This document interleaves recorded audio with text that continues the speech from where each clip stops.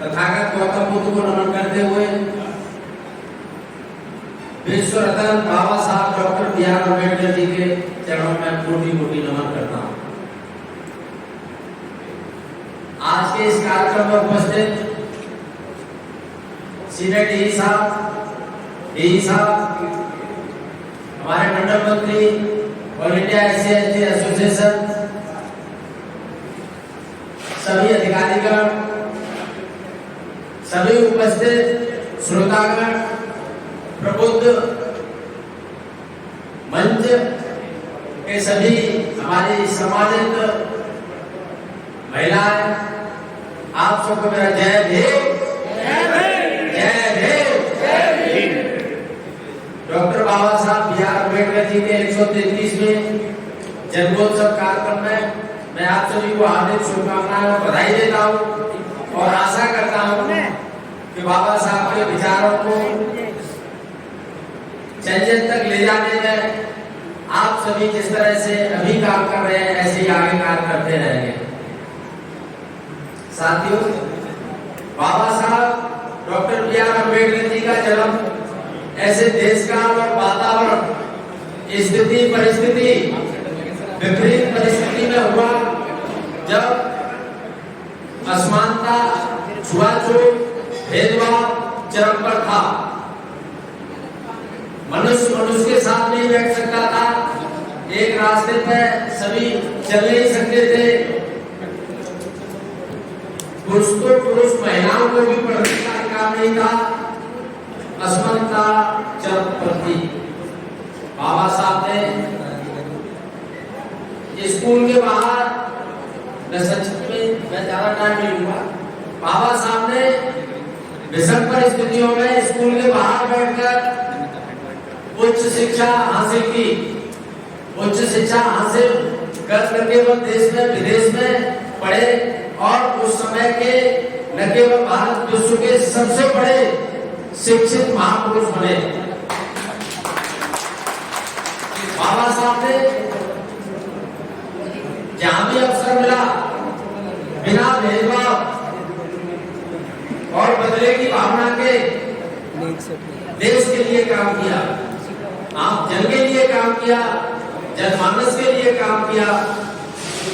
साथियों, उस समय एक बहुजन संख्या के साथ जो भेदभाव और उत्पीड़न था, एक चंद कुछ संख्या थी जो उनके साथ अच्छा व्यवहार नहीं करती थी, लेकिन बाबा साहब ने जहां भी मौका मिला सबकी समानता के लिए, मनुष्य के लिए, जीव जंतु के लिए, पशुओं के लिए, हर किसी के लिए वो प्रावधान किया जो मुझसे कोई भी देवी देवता या अन्य कोई महापुरुष नहीं कर सका था। अरे भाई आगे क्यों खड़े हो आप? साथियों, यूं तो बाबा साहब को मालूम था तालाब के पानी पीने से कुछ नहीं होने वाला है, लेकिन फिर भी समता समानता के लिए बाबा साहब ने महार तालाब में हजारों लोगों के साथ मिलकर पानी पिया और जो असमानता थी उसका बांध उन्होंने तोड़ा। बाबा साहब कालाराम मंदिर में प्रवेश किए, हजारों की संख्या में साथियों को लेके गए। वहां भी उन्हें मालूम था कि मंदिर ये कोई भी देवालय कुछ भी देने वाला नहीं है, लेकिन फिर भी उन्होंने समता समानता के लिए उस मंदिर में प्रवेश किया। साथियों, मेरे से पूर्व साथियों ने कहा है, बच्चे ये नाटक के माध्यम से भी हमें बहुत शिक्षाएं मिली है और हमारी जो महिला साथी, जो हमारी बहन है, इन्होंने बाबा साहब के जीवन पर बहुत अच्छा प्रकाश डाला। साथियों, बाबा साहब ने सीमित साधन होते हुए भी 32 डिग्रियां और 4 डिप्लोमा उन्होंने हासिल किए। उस समय विषम परिस्थितियों में बाबा साहब ने केवल अर्थशास्त्र के क्षेत्र में काम किया, समाजशास्त्र समाज में भी काम किया, विज्ञान में काम किया। आज जो हमारे पूर्व मंडल मंत्री ने कहा है, जो आज जो देश में जो बांध बने हुए हैं, ये सिर्फ और सिर्फ बाबा साहब की देन है। आज जो वर्तमान सरकार जल पर इतना जोर दे रही है, 100 साल पहले, 80-90 साल पहले बाबा साहब ने क्या कल्पना की थी कि आगे आने वाले समय में जल की कमी होगी। तो वो कितने दूरदृष्टि थे जो उस समय उन्होंने उस चीज को सोच के रखा हुआ था। साथियों, मैं ज्यादा नहीं जाऊंगा, मैं महिलाओं के बारे में कहना चाहूंगा कि बाबा साहब को संविधान का अवसर मिला, वो मिलाने की संविधान से पूर्व 42 से 46 तक लेबर काउंसिल में मेंबर रहे और मेंबर रहते हुए चूंकि उस समय महिलाओं को समान वेतन का अधिकार नहीं था, चूंकि उस समय समझा जाता था कि जो महिला की जो कार्य करने की क्षमता है, कार्य कुशलता है, वो पुरुष की अपेक्षा काफी कम होती है। तो अगर पुरुष को 100 रुपए दिए जाते थे तो वही महिला को 60 और 70 रुपए दिए जाते थे। इतना बड़ा भेदभाव था उस समय। पढ़ने का अधिकार तो नहीं था, लेकिन कोई डीएम या बड़े पदार्थ का पदों पर तो महिलाएं नहीं थी, लेकिन राजघरानों में और खजानों में और श्रम में उस समय भी महिलाएं एक श्रमिक के रूप में काम करती थी, लेकिन श्रमिक में भी उन्हें बहुत बड़ा उनके वेतन में असमानता थी। उस समय महिलाओं को रखा नहीं जाता था नौकरी पे, क्योंकि महिला जब इसको प्रसव होगा तो ये उस समय की इसकी कार्यकुशलता कम हो जाएगी और कम हो जाएगी तो उसके बाद मतलब हम क्यों इसको रखा जाए, क्यों नौकरी पे हम रखें, पूरा वेतन है और ये काम भी उतना नहीं कर पाएगी। तो ये उस समय की थी जब संविधान भी नहीं था। उस समय बाबा साहब ने महिलाओं को समान वेतन और जो मैटरनिटी लीव है ये बाबा साहब ने उसी समय इसकी व्यवस्था की थी। उस समय कुछ भी नहीं था, देश हमारा देश गुलाम था। उस समय की स्थिति ऐसी थी कि बाबा साहब ने उस समय सोचा कि महिलाओं को बराबरी का दर्जा दिया जाए और उनको एक मंच पर लाया जाए। बाबा साहब ने जब पीएचडी की थीसिस लिखी, उसी का आज परिणाम है कि देश में रिजर्व बैंक ऑफ इंडिया की स्थापना है। बाबा साहब ने 14 घंटे से घटाकर 8 घंटे किए, साप्ताहिक अवकाश कराया, ये बाबा साहब की देन है। सबको समान अधिकार मिले, सबको नौकरी मिले, सबको घर मिले। आज जो सरकार जो धन का जो उनका प्रोविजन है ये उस समय बाबा साहब की देन है। तो उस समय बाबा साहब ने सब व्यवस्थाएं की। साथियों 1930 और 32 के समय में बाबा साहब के पास मात्र 6000 पुस्तकें थी, लेकिन वो समय आया कि 1955 होते होते बाबा साहब का जब परिनिर्वाण हुआ तो उसे कुछ समय पूर्व तक बाबा साहब के निजी पुस्तकालय में 50,000 पुस्तकें थी। आज तक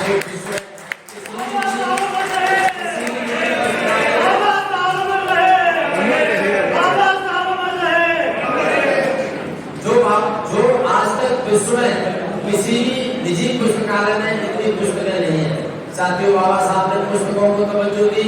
अगर वो कई बार ऐसा भी हुआ उनको पुस्तक ले ली, पैसे नहीं है तो खाना छोड़ दिया, लेकिन उन्होंने पुस्तक नहीं छोड़ी। साथियों मैं सबसे यही कहूँगा कि हम सब अपने बच्चों को अधिक से अधिक पढ़ाएं, अच्छे से अच्छी शिक्षा दें। 2 मकान नहीं हो, हमारे पास 1 मकान हो, लेकिन हम अपने बच्चों को शिक्षा दें। हमारे माँ बाप की जो सुविधा थी वो हमें उन्होंने उपलब्ध कराई, लेकिन हम इस स्थिति में हैं कि हम अपने बच्चों को अधिक से अधिक सुविधाएं उपलब्ध करा सकते हैं और अच्छे से अच्छे हम शिक्षा ग्रहण करा सकते हैं।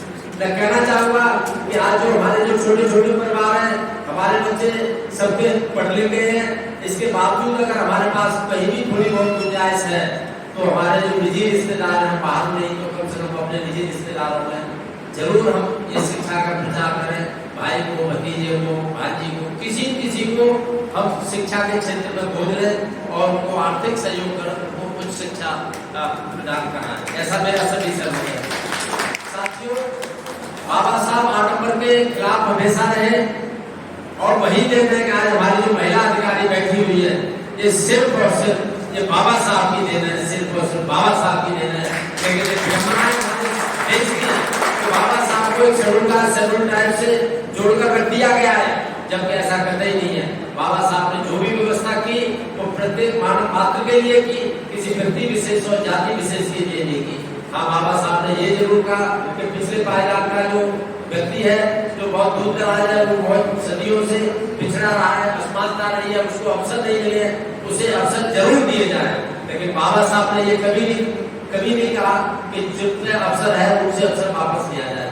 तो मैं सभी साथियों से यही अनुरोध करूंगा कि आज जो हम जो ट्रेड यूनियन है, ट्रेड यूनियन बाबा साहब की देन है और जो ट्रेड यूनियन के साथ जो हड़ताल है, हड़ताल का ये नहीं है, हड़ताल का ये है कि हमारी बातें अगर नहीं मानी जाती है और अगर हमारे साथ घोर अन्याय, भेदभाव हो रहा है, अत्याचार हो रहा है, भेदभाव हो रहा है, नहीं मानी जाती है तो हमें हड़ताल करने का भी अधिकार है।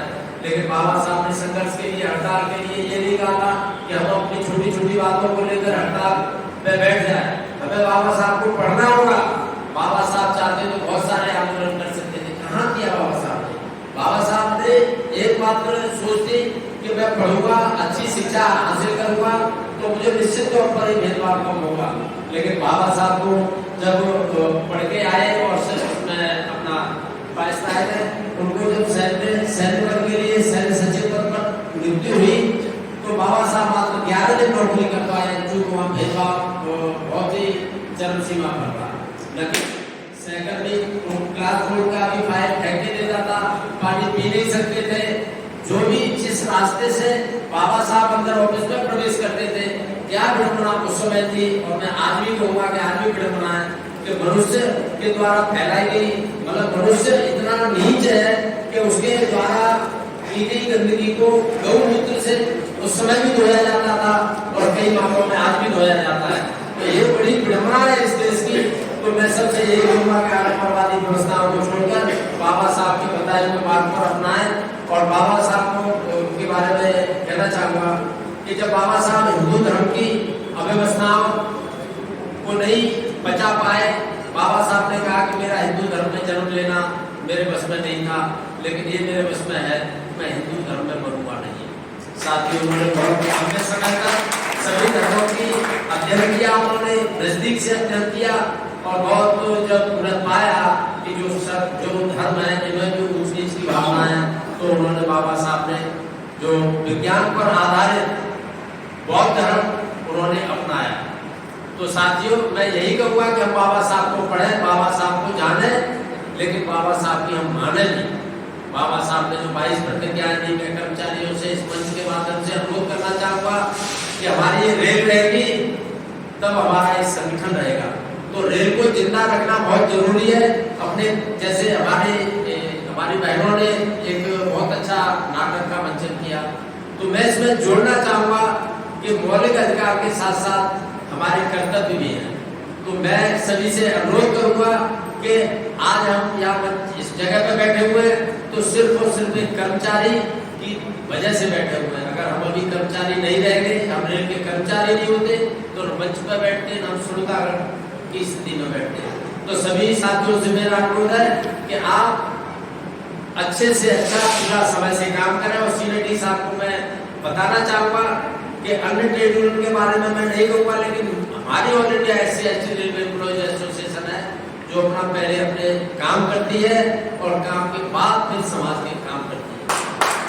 सीनेटी साहब से मेरा अनुरोध है कि मैं वैसे आपका व्यवहार मेरे साथ बहुत अच्छा रहा है, सबके साथ अच्छा रहा है, मैं बहुत पहले से आपको जानता हूँ और निश्चित तौर पर हमारी संगठन ने भी आपके बारे में बहुत ठीक बताया है। कोई आपके बारे में शिकायत नहीं की है, इसका मतलब है कि आप यहाँ भी आके अभी भी बड़ौदा हाउस की तरह ठीक है। तो मेरा आपसे अनुरोध है कि आप इसी तरह आगे ठीक रहें, ऐसा मैं अनुरोध करता हूँ। और जहाँ भी हमारे कई डिस्प्यूट होंगे वो हम बैठ के हम और आपसे समझाएंगे। साथियों, महिलाओं के बारे में मैं जो भी भाई ने संक्षिप्त में कहा, न तो उस समय बच्चे लेने का गोद लेने का अधिकार था, हमारी बहन जी ने कहा कि 4-4-5 उसकी अहम भूमिका है और ऐसी स्थिति में महिलाओं के साथ ये अत्याचार होता था।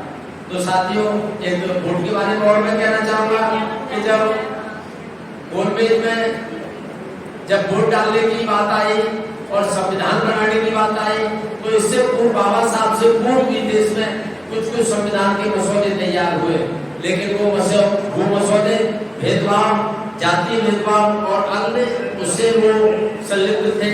तो उन्होंने अंग्रेजों ने उन्हें मानने से इनकार कर दिया। फिर जाके जब सबसे पढ़े लिखे विद्वान व्यक्ति थे बाबा साहब महात्मा गांधी ने कहा कि सिर्फ एक ही व्यक्ति है जो संविधान की रचना कर सकता है और अच्छा संविधान हमें दे सकता है। तो बाबा साहब संविधान सभा के प्रारूप समिति के अध्यक्ष थे।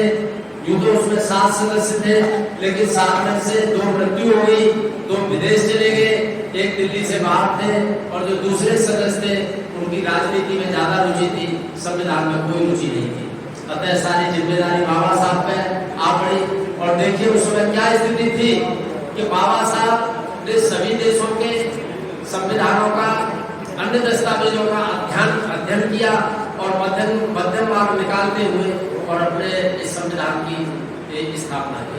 वो पहले उस जो समिति थी उसको वो कन्विंस करते थे, तब जाके वो ये उसमें तब जाके वो वहाँ का आर्टिकल बनता था। साथियों, वोट डालने के लिए जब आया कि जो सरकार कौन चुनेगा, अभी तो अंग्रेजी सरकार है, जाने के बाद कैसे पता चलेगा। बाबा साहब ने कहा कि अगर ये वोट का अधिकार नहीं रहा तो राजा के जो बच्चे होंगे वो राजा रहेंगे और आम आदमी को कोई मौका नहीं मिलेगा। तो वोट के अधिकार में जब बात समिति में बात आई तो उन्होंने कहा कि हाई स्कूल मैट्रिक को हाई स्कूल हो, मैट्रिक हो, लेकिन उन्होंने कहा जब हमारे बहुजन समाज को पढ़ने का अधिकार ही नहीं है, महिला को घर से बाहर निकलने का अधिकार नहीं है, तो ऐसी स्थिति में बहुत चंद लोग होंगे जो अपना वोट डाल के अपनी मनमर्जी की सरकार बना लेंगे। सभा में प्रस्ताव आया कि जो टैक्स पेयर है, करदाता है, उनको रखा जाए। तो चूंकि उस समय बहुजनों के पास संपत्ति नहीं थी और महिला चाहे वो कोई सी भी महिला हो, चाहे वो सामान्य वर्ग की हो, ओबीसी, एससी, एसटी कोई भी हो, वो भी महिला के पास पैसे रखने का अधिकार नहीं था। तो उन्होंने कहा जब किसके पास संपत्ति ही नहीं है तो टैक्स कहाँ से देगा।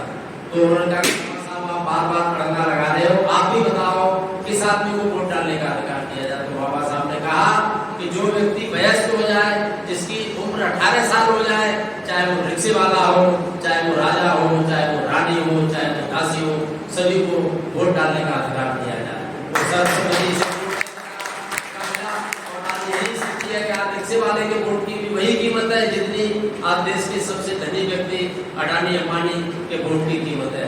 अडानी अंबानी भी वोट डालने के लिए बूथ पे आना होता है, रिक्शे वाले को भी बूथ पे आना होता है। वो अलग बात है कि कहीं भी रास्ता लोगों ने कुछ और खोज लिया है, लेकिन समय आएगा उस रास्ते का भी इलाज होगा। साथियों, मैं बस ज्यादा कुछ नहीं कहूँगा। आज के इस 133वें जन्मोत्सव कार्यक्रम में आप सभी को हार्दिक शुभकामनाएं बधाई देता हूँ। और जो हमारी जो ब्रांच है